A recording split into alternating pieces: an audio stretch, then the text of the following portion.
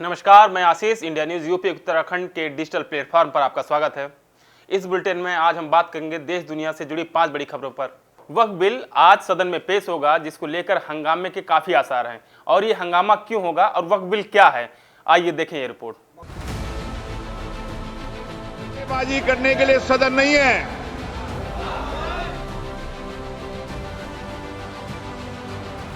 वक्फ bill पर घमासान, क्यों डर रहे मुसलमान? तारीख हुई तय, विपक्ष में क्यों भय? वक्फ पर विवाद, ओवैसी क्यों बोले बर्बाद? सरकार का बड़ा कदम, 20 घंटे बाद वक्फ का वक्त खत्म। भारत की राजनीति में घमासान मचा है, बयानों के तीर चल रहे हैं, आरोप प्रत्यारोप का दौर जारी है और इस घमासान का केंद्र बिंदु है वक्फ बिल।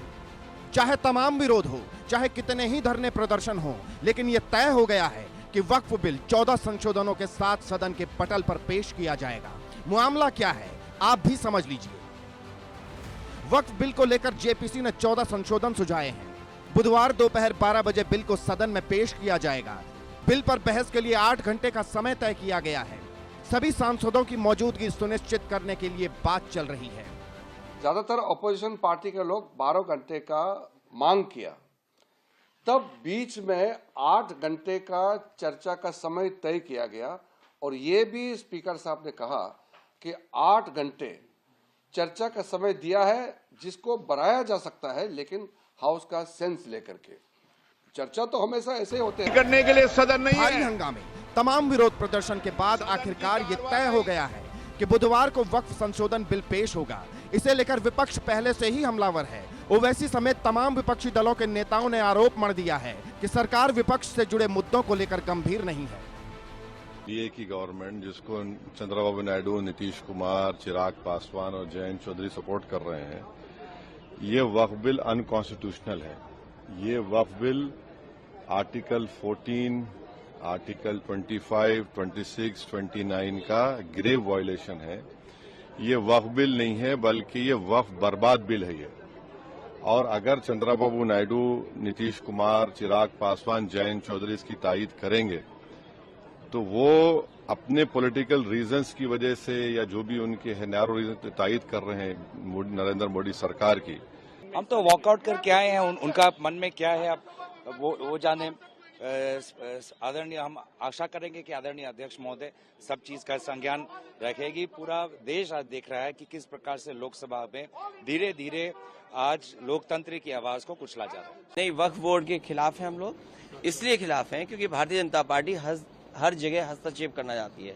भारतीय जनता पार्टी हर जगह अपना कंट्रोल चाहती है। सर, साथ ही जो अजमेर के हैं वो लोग सपोर्ट कर रहे थे, चिश्ती लोग, वो लोग कह रहे हैं कि इसको भ्रम फैलाया जा रहा है, ये सही है। ये भारतीय जनता पार्टी किससे क्या कहलवा दे, किससे क्या करवा दे, ये भारतीय जनता पार्टी का कमाल है। भले ही विपक्ष वक्फ बिल को लेकर सरकार पर हमलावर हो रहा हो, लेकिन बीजेपी के फायर ब्रांड नेता और यूपी के सीएम योगी आदित्यनाथ ने एक इंटरव्यू में साफ साफ कह दिया, वक्फ व्यक्तिगत स्वार्थ का अड्डा बन गया है। वक्फ बोर्ड ने कल्याण के काम नहीं किए, मेरे लिए राष्ट्र ही सबसे ऊपर है। उधर सरकार के रुख से नाराज होकर विपक्षी दलों के सदस्यों ने बिजनेस एडवाइजरी कमेटी की बैठक से वॉकआउट कर दिया। कुल मिलाकर राजनीति गरमाई हुई है, बयानबाजी हो रही है, विरोध भी देखने को मिला है। अब बस इंतजार बुधवार का है। आगे क्या होगा ये तो समय ही बताएगा। Bureau report, India news. हम अब बात कर रहे हैं सौरभ हत्याकांड की। सौरभ हत्याकांड के बाद कई ऐसे मामले सामने आए हैं जिसमें पत्नी अपने पति को नीले ड्रम की धमकी देती नजर आ रही हैं। एक नया मामला सामने आया है जिसमें उन्नाव में एक पत्नी ने अपने पति और बच्चों को मारने की धमकी दी है। देखिए ये रिपोर्ट। बिल्कुल बिल्कुल ड्रम याद है। ड्रम याद है। याद है ड्रम याद है।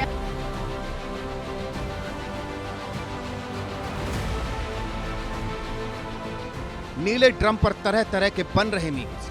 नीले ड्रम पर लोग रील बना रहे हैं। खौफजदा पति ने मदद की लगाई गुहार।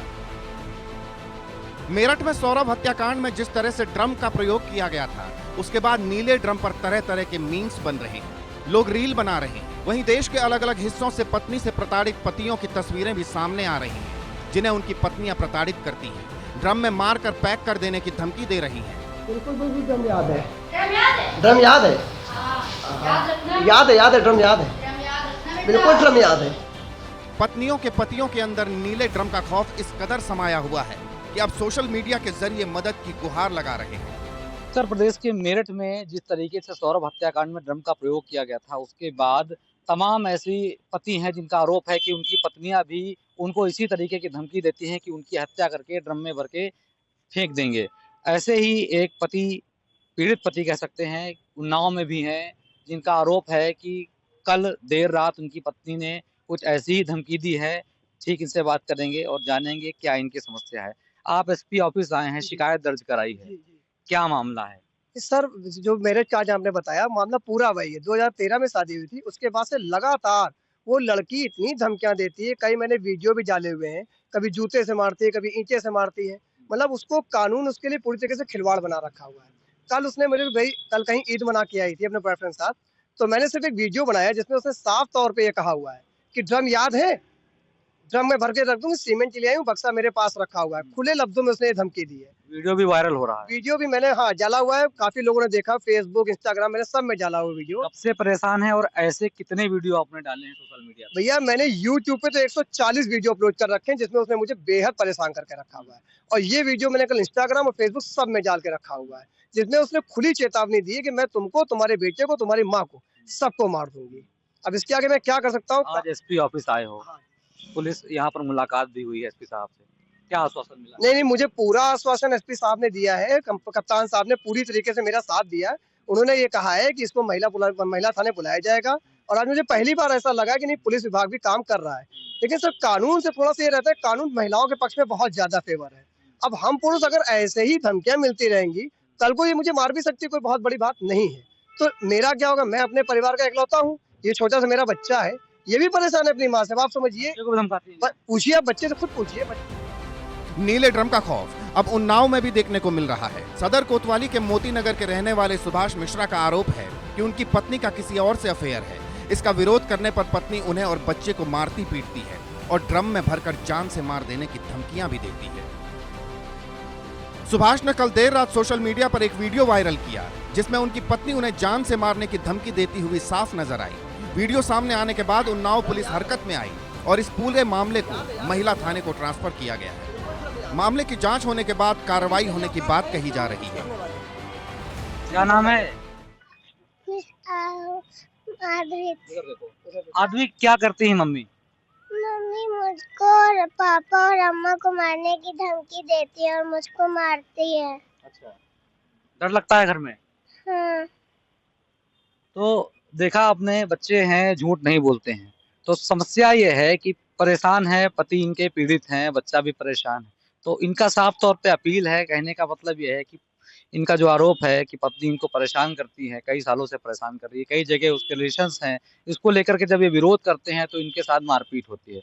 इनकी अपील है कि अगर पुरुषों के लिए, महिलाओं के लिए अगर कई प्रकार के कानून बनाए गए हैं तो फिर पुरुषों के लिए भी कुछ ना कुछ कहीं ना कहीं होना चाहिए। हालांकि उन्नाव पुलिस पे इनको पूरा भरोसा है कि इनको न्याय जरूर मिलेगा। अब देखने वाली बात ये होगी कि खबर चलने के बाद या इनकी जो शिकायत करने के बाद कितना इनको न्याय मिलता है, वो देखने वाली बात होगी। उन्नाव से इंडिया न्यूज के लिए सत्यम वाजपेयी। अवैध संबंधों की वजह से हो रही हैं घटनाएं। अब तक इस तरह के जितने भी मामले सामने आए हैं, उसमें या तो पत्नी के किसी और से अफेयर की बात सामने आई है या फिर पत्नी पति को छोड़कर किसी और से इश्क फरमाती नजर आई है। और यही वजह है कि लोग अपनों का कत्ल करने पर आमादा हो रहे हैं, विश्वासघात कर रहे हैं, रिश्तों का कत्ल कर रहे हैं, जीवन भर का साथ निभाने का वादा एक पल में तोड़ दे रहे हैं। अब हम बात करेंगे मुजफ्फरनगर की, जहां पर 12 फरवरी को एक पिता अपनी बेटी की शादी करता है और शादी के 2 दिन बाद बेटी अपने पति के साथ हनीमून मनाने बाहर जाती है। और हनीमून मनाकर वो जब वापस आती है तो होली मनाने के लिए अपने मायके जाती है। होली के बाद जैसे ही वो बेटी वापस अपनी ससुराल आती है तो ससुराल वाले उसे घर में घुसने नहीं देते। अब वो लड़की, वो बेटी अपने ससुराल में धर्म में बैठी हुई है। आखिर ऐसी क्या बात हुई है जिसके लेकर ससुराल वाले उस बेटी को घर में घुसने नहीं दे रहे हैं? देखें ये रिपोर्ट। शादी, हनीमून, फिर पति का टॉर्चर। गेट पर ताला, पति ने पत्नी को निकाला। ससुराल की चौखट, धरने पर बहू। 50 लाख लाओ तब घर में घुसो। टेंट के नीचे धरने पर बैठी इस महिला का नाम शालिनी सिंघल है। अभी शालिनी की शादी को 1 महीना भी नहीं हुआ, यानी शादी को कितने दिन हुए उंगलियों पर गिन सकते हैं। लेकिन ससुराल वालों के लालच ने इसे धरने पर बैठने को मजबूर कर दिया। कहानी और तस्वीर दोनों मुजफ्फरनगर की है। बुढ़ाना निवासी शालिनी सिंघल की शादी 12 फरवरी को A to Z कॉलोनी के रहने वाले प्रणव सिंघल के साथ हुई थी। प्रणव बिजनेस फैमिली से हैं, पेशे से आर्किटेक्ट हैं। शादी सॉलिटेयर होटल में बड़े धूमधाम से हुई थी। शादी के तीसरे दिन 15 फरवरी को शालिनी और प्रणव हनीमून मनाने इंडोनेशिया के बाली चले गए। करीब 10 दिन बाद दोनों वापस लौटे। 5 मार्च तक शालिनी ससुराल में रही। 6 मार्च को होली का त्योहार मनाने मायके चली गई। 30 मार्च को होली के बाद जब शालिनी अपने ससुराल लौटी तो उन्हें अंदर नहीं घुसने दिया गया। ससुराल वालों ने 50 लाख रुपए दहेज की मांग की। पैसे नहीं देने पर घर में घुसने नहीं दिया गया। फिर क्या था, शालिनी इंसाफ की लड़ाई लड़ने के लिए उसी वक्त से ससुराल के बाहर धरने पर बैठ गई। मामला ये है कि मेरी 12 तारीख में शादी हुई थी, 12 फरवरी। 23 तारीख में मेरा गृह प्रवेश हुआ। उसके बाद मतलब हम घूमने गए 15 तारीख में, 16 तारीख में वहाँ पे पहुँचे और 17 तारीख से बिना रीज़न कोई वजह नहीं पता है, कुछ नहीं पता है। मतलब उसने मेरे से 50 लाख रुपए की मांग की। घर और मतलब घर में और शादी में इतना पैसा लग गया है, ये चीज़ें अगर तुम्हें घर में रहना है तो 50 लाख रुपए देने पड़ेंगे। और मतलब मैंने सोचा कि चीज़ें इतनी पैसे कोई वो तो नहीं है कि मैं पापा से जाके ऐसे ही मांग लूँ, तो मैंने कुछ इस पे कोई रिस्पॉन्स नहीं दिया। उस दिन से वो इंसान मेरे से बात ही नहीं कर रहा है, कुछ नहीं कर रहा है, कोई चीज़ नहीं है। और 20 तारीख में चीज़ें इतनी खराब हो गई कि 21 तारीख में हमें वहाँ से वापस आना पड़ा। शालिनी के परिजनों के मुताबिक शादी में अपनी हैसियत के मुताबिक उन्होंने सब कुछ दिया था, लेकिन ससुराल वालों का लालच इतना बढ़ गया कि उन्होंने शालिनी को अपने घर में घुसने तक का हक नहीं दिया। ये घटना न केवल शालिनी के लिए बल्कि उनके पूरे परिवार के लिए एक गहरा झटका है। बस हमारी बिटिया का मकसद यही है कि हमें अपने घर में चली जाए और हमें क्या चाहिए। 12 तारीख में शादी हुई थी, शादी से 13 तारीख में इनके घर में आई है। जब से ही से लड़की को पीड़ित किया जा रहा है। ये कारण नहीं बता रहे क्यों पीड़ित किया जा रहा है। 12 फरवरी को शादी हुई, 2 दिन बाद हनीमून पर गए और फिर 30 मार्च को ससुराल का दरवाजा नई नवेली दुल्हन शालिनी के लिए बंद कर दिया गया। 50 लाख रुपए मांगे जा रहे हैं। अब कब तक शालिनी सिंघल धरने पर बैठी रहेंगी, कब तक उन्हें इंसाफ मिलेगा या एक और शादीशुदा नई दुल्हन की जिंदगी बर्बाद हो जाएगी। Bureau report, India news.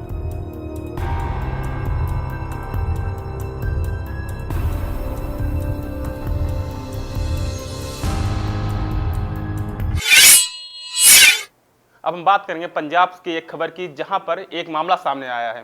वहां पर विजेंद्र सिंह नाम का एक पादरी है जो खुद को पादरी बताता है और यह दावा करता है कि वो अपनी शक्तियों से किसी भी तरह की बीमारी को दूर कर सकता था। और वो उसके यहाँ जिसके लेकर काफ़ी लोग आते थे और लोग उससे झाड़ फूक कराते थे। उसके ऊपर एक महिला ने बलात्कार का आरोप लगाया, जिसको लेकर आज पंजाब कोर्ट ने उसे उम्र कैद की सजा सुनाई। जाने क्या मामला है, देखें ये रिपोर्ट।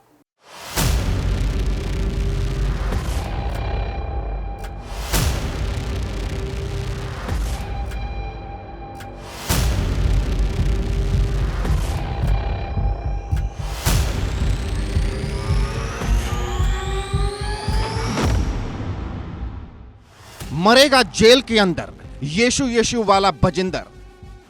दावा था चमत्कार, करता था बलात्कार। खुद को कहता था फादर, अब जेल में दो लेक्चर। पापी पादरी। यीशु यीशु वाले बाबा के नाम से पहचाने जाने वाले बजिंदर सिंह की अब पूरी जिंदगी जेल में गुजरेगी। वो आखिरी सांस तक जेल में रहेगा। जैसे ही मोहाली कोर्ट ने रेप केस में बजिंदर सिंह को उम्र कैद की सजा सुनाई, वो फूट फूट कर रोने लगा, गिड़गिड़ाने लगा, कोर्ट से फरियाद करने लगा।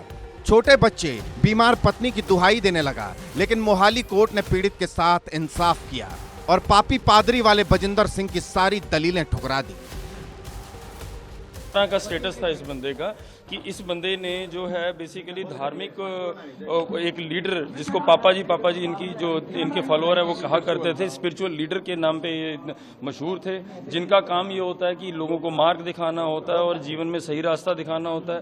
क्योंकि ये जो जुर्म है ऐसे किसी बंदे के द्वारा जब किया जाता है तो उसकी एग्जाम्पलरी सजा होना बहुत जरूरी हो जाता है, ताकि सारे समाज को एक मैसेज जाए कि एक तरह से ऐसा घिनौना काम दोबारा से कोई करने की हिम्मत ना कर सके, तो we are satisfied with the mean quantum of sentence, that is life imprisonment until last breath he has to stay behind the bars. Bajinder को कोर्ट ने 3 दिन पहले दोषी करार दिया था। इसके बाद उसे पटियाला जेल में बंद कर दिया गया था।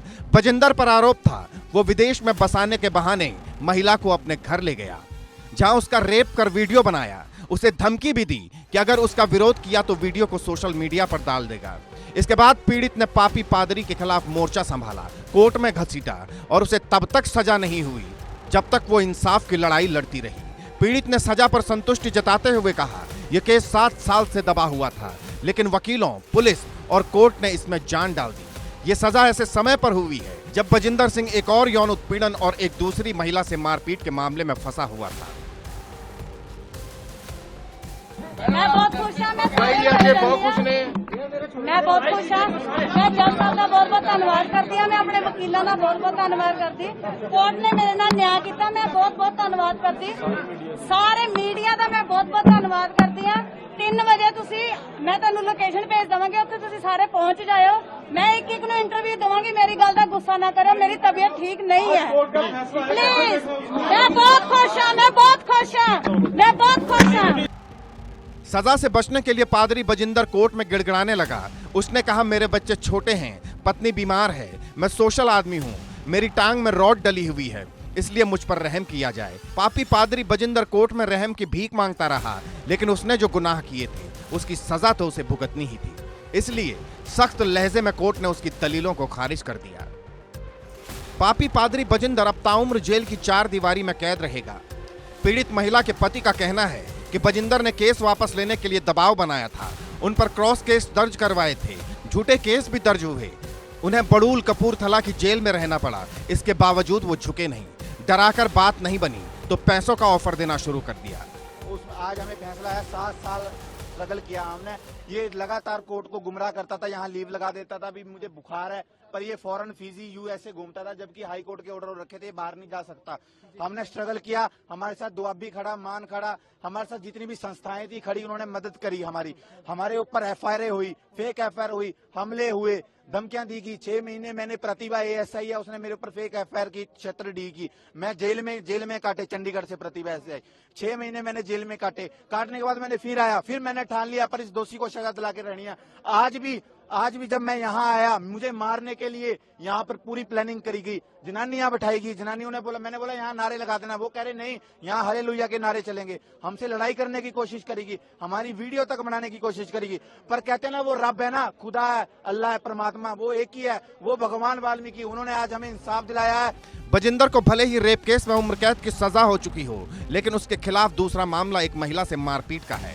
इसका खुलासा एक वीडियो सामने आने के बाद हुआ। 16 मार्च को सामने आए वीडियो में बजिंदर सिंह एक महिला को थप्पड़ मारता दिख रहा है। इस मामले में भी सुनवाई हो रही है। इंडिया न्यूज के कैमरे पर खुद मारपीट की पीड़िता ने कई खुलासे किए थे। जब जैसे कि अभी मैं सेवा में आ गई थी, ज़्यादा मैं डीप जा रही थी, तो जो चीज़ें यहाँ पे जैसे सुनने में आ रही हैं, लड़कियों के लिए चीज़ें हो रही थी, मारपीट की चीज़ें बार बार बाहर आ रही थी। तो पहले तो हमारे चर्च में ऐसा कुछ मतलब नहीं था, हमारे सामने नहीं था, हमें नहीं पता कि बैक साइड था नहीं था। जैसे पहले दूसरी शादी की बात आना, और उसके बाद लड़कियों का जैसे वो अंशु का आना बाहर, और उसके बाद एक मेरी प्रे टावर की फैमिली थी, जैसे मेरे पास बच्चे आए हुए थे, वो यूपी से आए हुए थे बच्चे, वो फैमिली यूपी से आई थी। तो उसकी बहन के साथ जैसे वेदी के पर भी कुछ चीज़ें ऐसी होती थी जो देखकर हमें डिस्टर्बिंग लगता था। पापी पादरी के अभी कई और पाप के पन्ने पलट रहे हैं। अभी तो एक केस में सजा हुई है, लेकिन जो इसकी हरकतें रही हैं उससे आने वाले दिनों में कई और सजाएं हो सकती हैं। Bureau report, India news.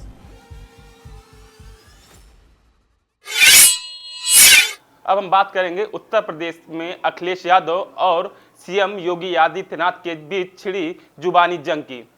Akhilesh Yadav ने गौशालाओं को लेकर जो अपना बयान दिया था, सुगंध और दुर्गंध को लेकर, उसको लेकर सीएम योगी आदित्यनाथ ने अखिलेश यादव पर निशाना साधा है। उन्होंने कहा है कि ये उनका बयान जो है वो धर्म के विपरीत है, वो हिंदुत्व के विपरीत है। देखें आखिर ऐसा क्या हुआ जिसको लेकर सीएम योगी ने अखिलेश यादव पर साधा निशाना।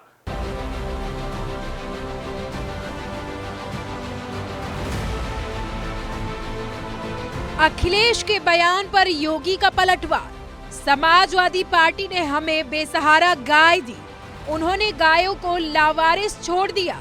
समाजवादी पार्टी के मुखिया कहते हैं कि गाय के गोबर से बदबू आती है।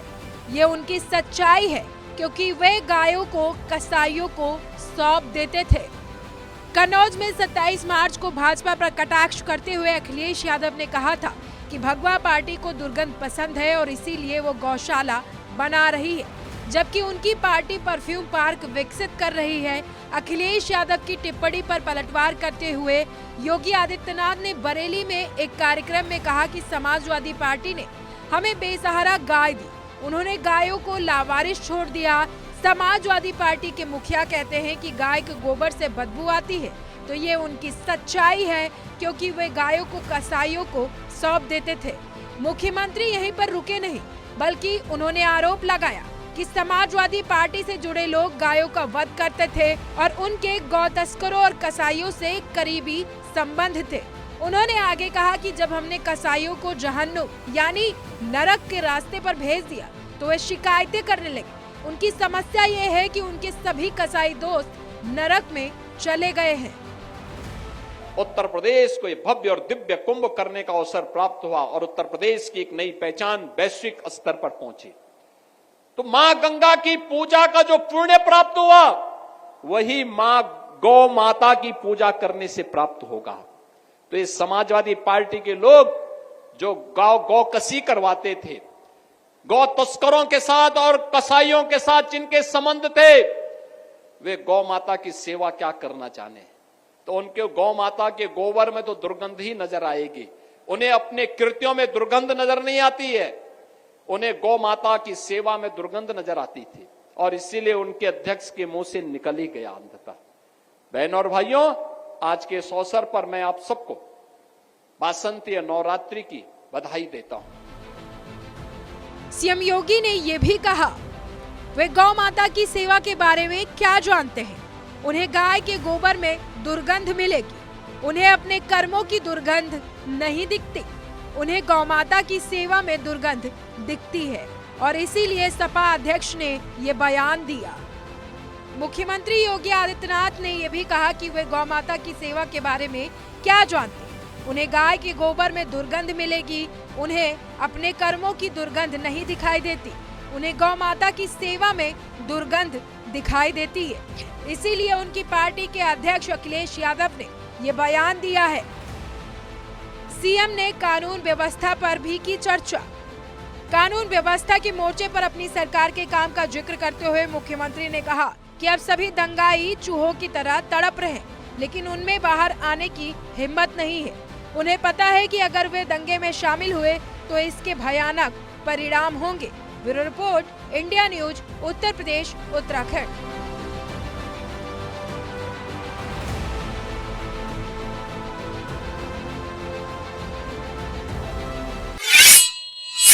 इस बुलेटिन में बस इतना ही। कुछ घंटों में हम कुछ और सुर्खियों के साथ आपके साथ हाजिर होंगे। तब तक के लिए धन्यवाद।